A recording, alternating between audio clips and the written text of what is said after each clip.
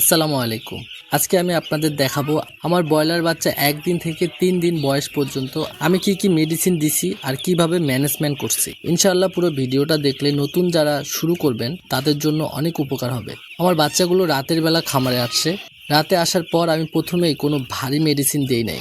আমি শুধু গ্লুকোজ খাওয়াইছি, কারণ লং জার্নি করে আসার পর বাচ্চাগুলো ডিহাইড্রেশন হয়ে যায়, শরীর দুর্বল থাকে। গ্লুকোজ দিলে সাথে সাথে এনার্জি ফিরে আসে, স্ট্রেস কমে। এর পরের দিন সকালবেলা আমি শুরু করছি একটা একদম নর্মাল অ্যান্টিবায়োটিক দিয়ে, নিউমাইসিন সালফেট। এখন অনেকেই প্রশ্ন করে, ভাই শুরুতে অ্যান্টিবায়োটিক কেন? আমি কেন দিছি এটা বলি।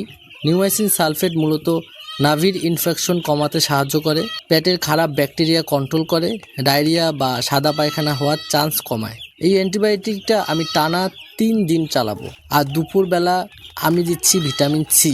ভিটামিন সি দেওয়ার কারণ হিট স্ট্রেস কমায়, ইমিউনিটি সাপোর্ট করে, অ্যান্টিবায়োটিকের সাইড এফেক্ট কিছুটা ব্যালেন্স করে। এইভাবে সকাল রাতে অ্যান্টিবায়োটিক, দুপুরে ভিটামিন সি, আমি 3 দিন ফুল কোর্স করছি। আরেকবার বলি, অ্যান্টিবায়োটিক কিন্তু টানা 24 ঘন্টা চালানো যাবে না। সকালে 3 ঘন্টা এবং রাতে 3 ঘন্টা। আমি ভারী কিছু দেই নাই, কারণ শুরুতে হেভি মেডিসিন দিলে লিভার কিডনিতে চাপ পড়ে এবং পরবর্তীতে রোগ হলে সে মেডিসিনটা খুব ভালো কাজ করে না। এজন্য রোগ হলে আমরা হাই পাওয়ার অ্যান্টিবায়োটিকগুলো খাওয়াবো। আর যদি রোগ না থাকে, প্রিভেন্টিভ হিসেবে যদি কোনো মেডিসিন খাওয়াইতে চাই, তাহলে নর্মাল মেডিসিনগুলো খাওয়ানোর চেষ্টা করব। এখন লাইট ম্যানেজমেন্টের কথায় আসি। আমি সারাদিন লাইট চালাই না। এখন যে আবহাওয়া, রাতে ঠান্ডা, দিনে গরম, রাতে সারা রাত লাইট জ্বালিয়ে রাখি, সকাল 9টার পর লাইট অফ করি বিকাল পর্যন্ত। আমি চাই বাচ্চাগুলো আরামে খাবে, আরামে থাকবে, আরামে বসবে। এটাই আসল ম্যানেজমেন্ট। মুরগির বাচ্চা দেখে বোঝা যাবে, তার হিট বেশি দরকার হলে হিট দিবেন, হিট দরকার না হলে লাইট কমিয়ে রাখবেন। এখন ভালো মন্দের কথা বলি, সব খামার এক না, সব বাচ্চাও কিন্তু এক না।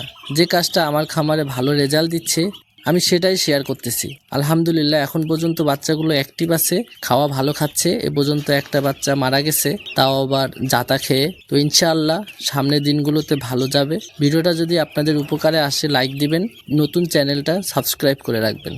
ইনশাআল্লাহ সামনে আরও রিয়েল খামারের অভিজ্ঞতা শেয়ার করব। আসসালামু আলাইকুম ওয়া রাহমাতুল্লাহ।